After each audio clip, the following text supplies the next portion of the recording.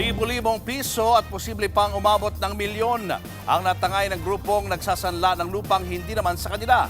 Mahigit 30 ang nabudol na mga suspect. Nasa frontline ng balitang yan si Gio Robles.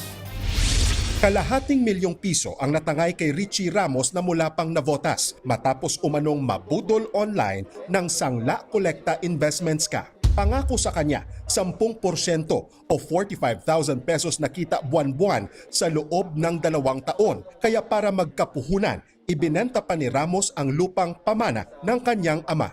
Bali, yun po yung ginawa kong puhunan doon kasi nga para sa pag-aaral ng mga anak ko na kahit papaano, tumatakbo na may tubo. Pero makalipas lang ang 2 buwan, naglaho na ang mga ahenteng nakausap niya. Dito na dumulog si Ramos sa NBI, Fraud and Financial Crimes Division. At dito rin niya nalaman na hindi pala siya nag-iisa. Bali, isa po ako sa 35 na biktima o mas higit pa sa 35 na biktima kasi by group po kami. Sa operasyon ng NBI, 7 babaeng sospek ang nahuli. Kabilang dito ang mga umano'y nagpakilalang ahente at mga kasabwat na notary public na ayon sa NBI ay hindi naman mga abogado. Ang modus ng grupo mag-aalok ng bahay o ari-ariang isinasangla. Ang pangako kapag napaarkila o narentahan ng property, kikita rin umano ang nagsangla dahil may bahagi siya sa magiging upa. Pero ayon sa NBI, may problema yan. Only for them to discover na yung palang isinangla sa kanila ay hindi pala talaga pag-aari nung taong nagsanla.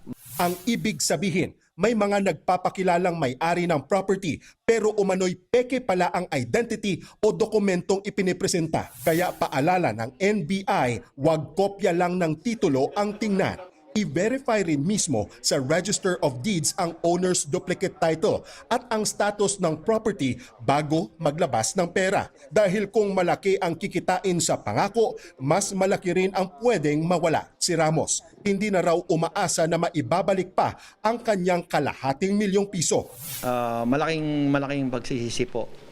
Pero nandyan na po yan hanggang sabi nga hanggat may hininga or may buhay. Kailangan laban lang po. Pero kahit papaano ay pampalubag loob na nahuli na ang 7 babaeng nanloko umano sa kanya at sa iba pang biktima. Mensahe ko po sa mga suspect, maawa po kayo sa mga niloko nyo. Yung pera na kinakain nyo ay galing sa mga masama.